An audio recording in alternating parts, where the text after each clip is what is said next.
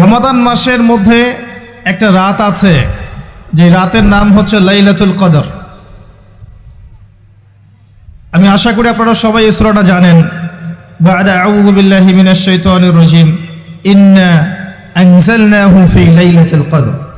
নিশ্চয়ই আমি কোরআনকে নাজিল করেছি লাইলাতুল কদরে, ভাগ্য রজনীতে।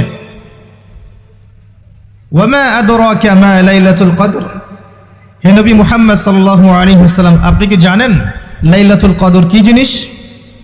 লাইলাতুল কদরি খায়রুম মিন আলফি শাহর। লাইলাতুল কদর হচ্ছে হাজার মাসের চাইতে উত্তম। এখানে গাণিতিকভাবে ব্যাখ্যা করতে যাবেন না, 1000 মাস সমান সমান কত বছর হয়, ব্যাপারটা এমন নয়। এখানে আধিক্য বোঝানো হয়েছে। হাজার হাজার মাস ইবাদত করলে যে নেকি হয়, এক রাত ইবাদত করলে সে নেকি হয়ে যাবে ইনশাআল্লাহ। এই রাতে কি হয়? স্পেশাল তানাজ্জালুল মালাইকাতু ওয়ার রূহ। এই মাসে আল্লাহর পক্ষ থেকে আল্লাহর ফেরেশতারা নেমে আসেন। কোথায় নেমে আসেন? পৃথিবীতে। তাদের সর্দার হিসেবে থাকেন জিবরাইল আলাইহিস সালাম। তানাজ্জালুল মালাইকাতু ওয়ার রূহু ফিহা বিইذনি রাব্বিহিম। আল্লাহর রবের আদেশে তারা এই কাজটা করেন। মিন কুল্লি আমর, প্রত্যেকটা বিষয়ের ফয়সালা হয় এই রাতে। আপনার আমার তাকদীর লেখা হয়েছে আসমান জমিন সৃষ্টির 50,000 বছর আগে। আপনার আমার তাকদীর লেখা হয়েছে আসমান জমিন সৃষ্টির 50,000 বছর আগে। আল্লাহ পাক সমস্ত সৃষ্টির তাকদীর লিখেছেন প্রথম দফায়।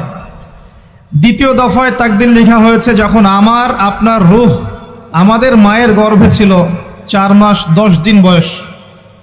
ওই সময় আল্লাহর পক্ষ থেকে ফেরেশতা আসেন, এসে লিখে দেন তার হায়াত, তার রিজিক, সে সৌভাগ্যবান না দুর্ভাগ্যবান।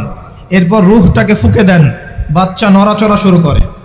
এর আগ পর্যন্ত পেটের মধ্যে বাচ্চা নড়াচড়া করে না। যখন রূহটা ফুঁকে দেওয়া হয় তারপর থেকে বাচ্চা নড়াচড়া শুরু করে। দ্বিতীয় দফায় তাকদীর লেখা হয়। এরপরে তৃতীয় দফা লেখা হয় এই লাইলাতুল কদরে, যে আগামী 1 বছর কি হবে, আপনি কি করবেন। অর্থাৎ 1 বছরের বাজেট প্রণয়ন করা হয় প্রত্যেক লাইলাতুল কদরে। তানাজ্জালুল মালাইকাতু ওয়ার রূহ ফিহা বিইذনি রাব্বিহিম মিন কুল্লি আমর। এই রাতের আরেকটা বৈশিষ্ট্য হচ্ছে সালামুন হিয়া হাত্তা মাতলাইল ফজর। ফজর পর্যন্ত এই রাতে শান্তি শান্তি শান্তি শান্তি প্রশান্তি বজায় থাকে। এই রাতে আপনি যে দোয়া করবেন, যে কোনো দোয়াই করবেন, যদি আপনার রিজিকটা হালাল হয় ইনশাল্লাহ কবুল হয়ে যাবে, যে কোনো দোয়া। এই রাতে যারা ইবাদত করে দাঁড়িয়ে দাঁড়িয়ে, তাদের চতুর্দিকে ফেরেশতারা সমবেত হন, তাদের দোয়ায় তারা শরীক হন, তাদের জন্য দোয়া করতে থাকেন। ঠিক তখনই দেখবেন মুমিন বান্দার চোখ দিয়ে টপ টপ করে পানি পড়া শুরু হয়েছে। আপনি ফিল করতে পারবেন যে আপনার দোয়া আল্লাহ কবুল করছেন। এই রাতের ইবাদতকে 1000 মাস দিয়ে গুণ করলেও কখনো সমান হবে না। একটা রাত ইবাদত করলে আপনি হাজার হাজার মাসের নেকি পাচ্ছেন। এই সুযোগটাকে ছেড়ে দেওয়া যায়? কবে এই রাত স্পেসিফিকলি বলা যাবে না, 27 তারিখেই স্পেসিফিকলি বলা যাবে না যে 21-এর রাতেই, 23-এর রাতেই বা 25-এর রাতেই, নির্দিষ্ট করে বলার কোনো সুযোগ নাই। নবী সাল্লাল্লাহু আলাইহি ওয়াসাল্লাম লাইলাতুল কদর পেয়েছেন এবং ওই রাতে বৃষ্টি হচ্ছিল। তিনি সেজদা করছেন, তার কপালের মধ্যে মসজিদে নববীর যে মাটি আছে এই মাটির কাদা লেগেছিল। তখন কিন্তু মসজিদ টাইলস ফিটিং ছিল না, মাটির মসজিদ থেকে নবী সাল্লাল্লাহু আলাইহি ওয়াসাল্লাম বিশ্ব পরিচালনা করেছেন। আর আমাদের এখন তাজমহলের মতো মসজিদ, হেদায়েতের কোনো হও নাই এখানে। এটা আখিরুজ্জামানের সাইন, মসজিদগুলো হবে চাকচিক্যময়, হেদায়েত শূন্য। হাদিস একদম স্পষ্ট আছে, মসজিদ হবে চাকচিক্যময় কিন্তু হেদায়েত শূন্য। ইভেন দেখবেন নামাজ পড়ছে মুসল্লি, পাশে হই হুল্লা করছে। দিনের কথা আলোচনা হলে বা নামাজ পড়লে, কেউ কোরআন তেলাওয়াত করলে আদবের সাথে যে পাশে শোরগোল করতে হয় না, এটাও এখন বুঝাতে হয়। বুঝাতে গিয়ে যদি আপনি এই আয়াত তেলাওয়াত করেন, লাহুম কুলুবুন লা ইয়াফকাহুনা বিহা, কিছু মানুষকে আল্লাহ পাক কলব দিয়েছেন, বোঝে না।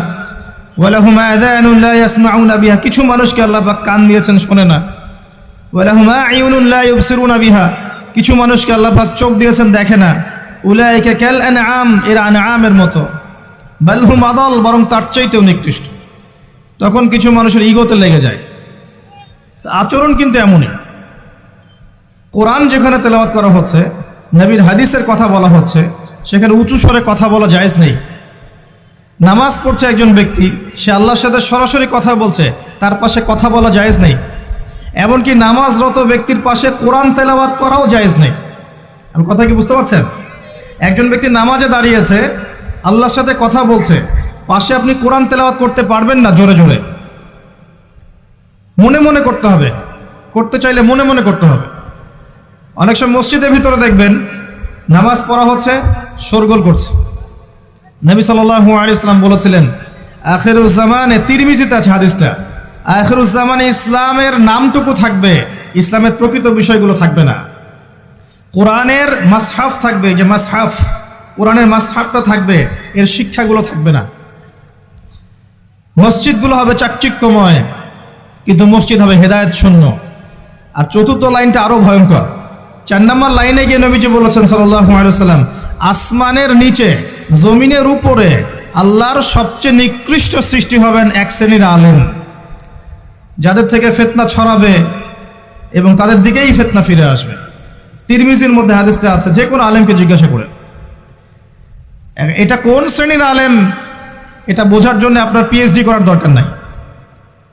যারা দিনকে দুনিয়ার বিনিময়ে বিক্রি করেছে, তারাই সেই শ্রেণীর আলেম। যারা সত্য কথা বলতে ভয় পেয়েছে, তারাই সেই শ্রেণীর আলেম। যারা সত্যকে মিথ্যার সাথে মিশ্রিত করেছে, তারাই সেই শ্রেণীর আলেম।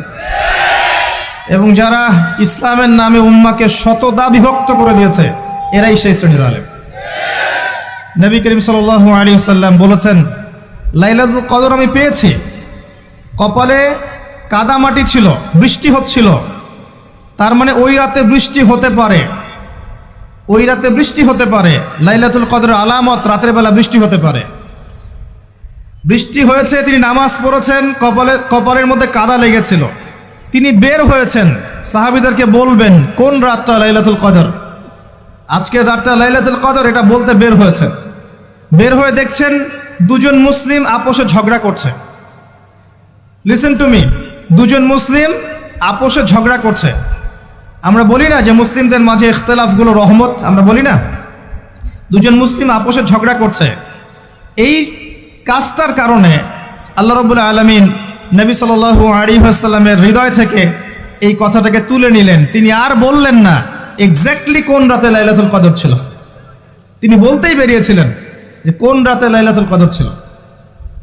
আমাদের ইখতিলাফের কারণে আমরা সেই নির্দিষ্ট রাতটাকে হারিয়ে ফেলেছি। তবে এর মধ্যেই খায়ের আছে, এর মধ্যেই কল্যাণ আছে।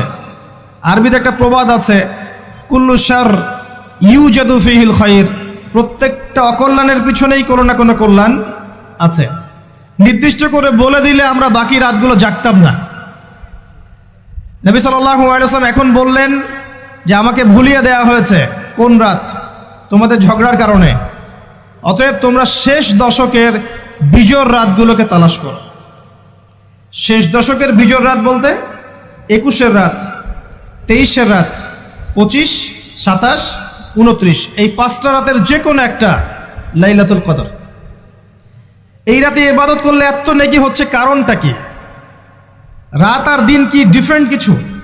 প্রত্যেক রাতেই কিন্তু আল্লাহ পাক প্রথম আসমানে নেমে আসেন, প্রত্যেক রাতে, শুধু শবে বরাতের রাতে নয়, শুধু নিসফে শাবানের রাতে নয়, কিন্তু প্রত্যেক রাতেই আল্লাহ পাক প্রথম আসমানে নেমে আসেন।